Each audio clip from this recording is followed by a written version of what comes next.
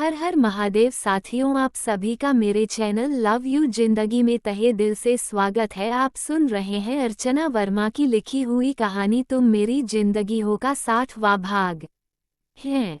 मुझे तो याद ही नहीं था, आज सुबह के बाद मैंने इसकी भी शक्ल देखी ही नहीं है। खैर, इसकी शक्ल देख लो तो कौन सा कहे कि दिन बन जाना है। एक से बढ़कर एक सब अपने बाप की औलाद है, उनसे भी 2 कदम आगे ही। भगवान जाने आज किसका मुंह देखकर उठी हूं कि सुबह से बनते हुए काम भी बिगड़ते जा रहे हैं। अर्जुन को घर में अंदर आते हुए देखकर दामिनी जी ने अपने मन में खुद को कोसा। तुम ही से बात कर रही हूं मैं, क्या अपना कान बाहर ही छोड़कर आ रहे हो जो सुनाई नहीं पड़ रहा है? और ये तो बता दो, उधार मुंह खाए हुए बनिए की तरह इस तरह से तुम कहाँ से चले आ रहे हो? ऐसा लग रहा है जैसे कि सुबह से पानी के भी दर्शन तुम्हें नहीं हुए हैं। और अब तक कहाँ थे? तुमको पता भी है कि तुम्हारे कारण आज बुआ सा ने मुझे कितना सुनाया है, जबकि मैंने कल रात ही तुमसे कह दिया था कि सुबह कुलदेवी के पूजा के लिए मंदिर में तुम सबका प्रेजेंट रहना जरूरी है। लेकिन नहीं, क्या मजाल जो तुम तीनों बाप बेटा बेटी को मेरी एक बात एक बार में समझ में आ जाए। ऊपर वाले की नायाब नमूना हो तुम सब। मैं तो बस बेकार में ही तुम सब के पीछे पागल बनी हुई फिरती हूँ। मेरी सुनता ही कौन है? बस मुझे सुनाने वाले पूरे घर में भरे पड़े हैं। एक तो लगता है जैसे सारे घर की ढोलक मैं बनी हुई हूँ। गलती कोई करे, भरे कोई और। तुम लोगों का भला बोल भी कौन सकता है, हो तो इसी घर के खून। सब के सब एक जैसे अकड़ वाले हैं। कोई मिले ना मिले, बस मुझे सुना लेना है और सुना के निकल जाना है। अब मुंह से बोल देंगे या फिर तुम्हारे कान के नीचे 2-4 हाथ तबले की तरह बजा दूं। कहाँ से चले आ रहे हो? इस तरह से प्रेम के द्वारा अपने को इग्नोर करते हुए देखकर दामिनी जी का गुस्सा और तेज बढ़ गया था। कहीं ना कहीं गुस्सा तो निकलना ही था। अमला बच गई थी, प्रेम बच गया था, लेकिन बेचारा अर्जुन फंस गया था। उसको बिना कुछ बोलने का मौका दिए हुए दामिनी जी ने सब का गुस्सा उसके ऊपर निकालते हुए लंबा चौड़ा लेक्चर दे दिया। मैं हॉस्पिटल से, अर्जुन छोटा सा जवाब दिया। हॉस्पिटल से? शादी के दिन रिसेप्शन के लिए सब लोग होटल में जाने वाले हैं, तो तुम हॉस्पिटल क्या करने गए थे? दामिनी जी की आंखें छोटी हुई। तभी उनकी नज़र अर्जुन के कंधे पर पड़े हुए बड़े चादर पर पड़ी। इतनी भी ठंड नहीं लग रही है कि तुम चादर ओढ़कर घूमते फिरो? दिल्ली की ठंड में तो फैशन में तुम्हारे कान हमेशा खुले ही रहते हैं। बेटा जी, खुले हुए कान से ज्यादा कोई फैशन नहीं दिखाई पड़ता। कम से कम ठंड से बचने के लिए इन्हें ढांक लो। कहते कहते बोलते बोलते थक जाओ, जो क्या मजाल की सुनाई पड़ जाए। और अभी 42 डिग्री टेम्परेचर में इस राजस्थान की गर्मी में तुम्हें ठंड लग रही है। और जब चादर ओढ़ लिया है तो इतना कीमती सूट पहनने की जरूरत क्या थी? दामिनी जी बोले जा रही थी, लेकिन अर्जुन चुपचाप सुन रहा था। अर्जुन को इस तरह से शांत देखकर पहले तो उन्हें बहुत आश्चर्य हुआ, लेकिन जाने क्यों अर्जुन का चेहरा देखकर उन्हें कुछ डर सा लगा। तुम ठीक तो हो ना बच्चा? उन्होंने आगे बढ़कर उतार दी। अरे मम्मी, क्या कर रही हो? छोड़ो छोड़ो, मुझे दुख रहा है, अर्जुन चिल्लाते हुए बोला। चुपचाप शांति से इंसान की तरह खड़े रहो और मुझे देखने दो कि क्या हुआ है।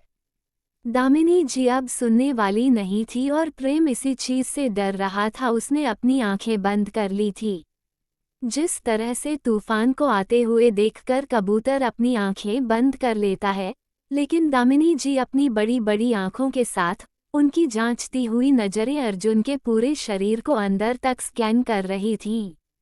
पर जैसे ही उनकी नज़र अर्जुन के प्लास्टर लगे हुए हाथ पर पड़ी, उनका मुंह हैरानी से खुला रह गया। यह क्या हुआ? कुछ नहीं मम्मी, अर्जुन ने आगे बढ़कर दामिनी जी को अपने दूसरे हाथ से पकड़ते हुए कहा। देखो, मुझे उल्लू बनाने की कोशिश मत करो क्योंकि मैं पहले ही बहुत बड़ी उल्लू बन चुकी हूँ और वह भी तुम्हारे बाप ने ही सबसे पहले मुझे उल्लू बनाया था, इसलिए मुझे यह अच्छे से पता है कि मैं तुम लोगों की नज़र में उल्लू ही हूँ। पर फिर भी साफ साफ बता दो कि हुआ क्या है। दामिनी जी कुछ गुस्से में ही इमोशनल होते हुए बोली। ऐसा कौन बोलता है मम्मी? आप मेरी प्यारी सी मम्मी हो और कुछ हुआ ही नहीं है। मैं तो आपका बहादुर बेटा हूँ ना। तो बस ऐसा समझ लो कि एक छोटा सा एक्सीडेंट हो गया था, उसी में थोड़ी सी लग गई है। दामिनी जी को अपने साथ लिए हुए अर्जुन सोफे के पास आकर बैठा। पर यह एक्सीडेंट हुआ कैसे? अर्जुन को इस हालत में देखकर अब दामिनी जी को कुछ भी बिल्कुल अच्छा नहीं लग रहा था। अरे होना क्या है? जानती नहीं हो अपने साहबजादे को, ये रोड पर गाड़ी नहीं चलाते बल्कि रोड पर एरोप्लेन उड़ाते हैं। अचानक से ब्रेक मारने के चक्कर में स्टीयरिंग में हाथ फंसा लिया है। शुक्र मनाओ कि आज भगवान सीधे थे, कोई ज्यादा टूटा फूटा नहीं है जो इस तरह से रिएक्शन दे रही हो। बस हल्का सा फ्रैक्चर है जो हफ्ते 10 दिन तुमसे अपने नाजो नखरे उठवा लेंगे तो ठीक हो जाएगा। प्रेम ने दामिनी जी को समझाते हुए कहा, जिनकी बड़ी बड़ी आंखों में पानी भर आया था। किसको बचाने के चक्कर में तुझे लग गई है बच्चा? दामिनी जी ने अर्जुन के सर पर हाथ फेरते हुए पूछा। कहीं बीच रास्ते में तुम्हारे पापा का तो फोन नहीं आ गया था? अचानक से दामिनी जी को प्रेम का बार बार रास्ते में अर्जुन को फोन करना याद आया। हाँ, फोन तो पापा लगातार कर रहे थे, लेकिन आपने ड्राइविंग के दौरान फोन उठाने से मना किया है। इस कारण फोन तो मैंने नहीं उठाया था, तो फिर यह मुझे ढूंढते ही मेरे तरफ से चले आए थे। इन्हीं की गाड़ी आ गई थी हमारी गाड़ी के सामने। वो तो कहो अभिज्ञा के साइड के एयर बैग खुल गए थे, वरना उसे भी चोट आती। अर्जुन बोला। सच में? प्रेम की आंखें हैरत से बड़ी हो गई थी। प्रेम जो कि अर्जुन को बचाने की कोशिश कर रहा था, अर्जुन ने उसे ही अच्छा फंसा दिया था। मुझे पता था क्यों महारानी जी को सब कुछ पता होगा, लेकिन कुछ पूछो तो उल्टे सीधे जवाब देती हैं। जबान भी तो आजकल महारानी जी की बहुत तेज चलने लगी है। न जाने कहाँ बैठी हुई है। और आप मेरे बेटे को बोल रहे हैं कि रोड पर यह गाड़ी नहीं चलाता बल्कि एरोप्लेन उड़ाता है। आप देखकर गाड़ी नहीं चला सकते हैं। मुझे पहले से ही पता था कि आपकी ही गाड़ी इसके सामने आई होगी। अब दामिनी जी प्रेम की तरफ मुड़ चुकी थी। प्रेम ने अपना पक्ष में कुछ भी नहीं कहा बल्कि अफसोस से केवल सर हिलाया और बिना कुछ बोले वहां से उठकर अपने कमरे की तरफ कपड़े बदलने के लिए चल दिया।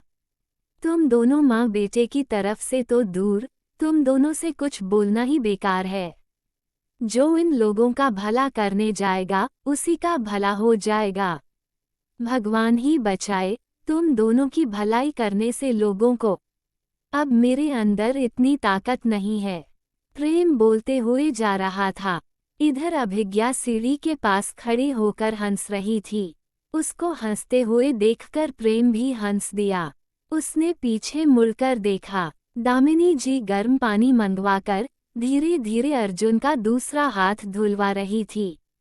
बेटे से अगर फुर्सत मिल जाए तो जरा हमारे कपड़े भी निकाल दीजिएगा, प्रेम ने कहा। वहीं पर खड़ी है आपकी राजकुमारी, उससे मांग लीजिए, खुद से निकालने की जरूरत नहीं है। सारे अलमारी के कपड़े बेड पर चले आएंगे। उसी अलमारी में मेरे कपड़े भी रखे हैं। अगर एक भी क्रिच टूटा ना तो आपकी राजकुमारी जी के हाथ और पैर दोनों टूटेंगे। दामिनी जी ने भी तुरंत पलटकर जवाब दिया। हमारी बेटी को छूने की कोशिश भी मत करिएगा। ऊपर वाले ने हमें हाथ पैर दिए हैं।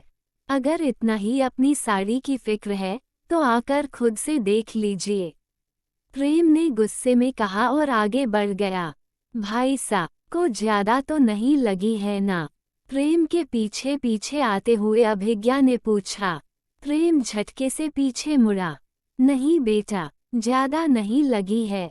पर तुम उसका ध्यान रखना और फिलहाल में अपनी मम्मी को भी वहाँ से किसी तरह से हटाकर रेडी होने के लिए भेजो। तुम्हारी मम्मी का गुस्सा दूसरी तरफ से है जो कि फिलहाल अर्जुन के कारण डाइवर्ट हो गया है। पर फिर भी इन सब के चक्कर में हम आज साहिर का दिन बर्बाद नहीं कर सकते। प्रेम ने अभिज्ञा के सर पर हाथ रखते हुए कहा। इधर साहिर का दिन भले सुबह से केवल दौड़ते भागते बीता था, लेकिन सुकून से सोती हुई जिंदगी को देखकर एक सुकून उसके दिल में भी उतर आया था।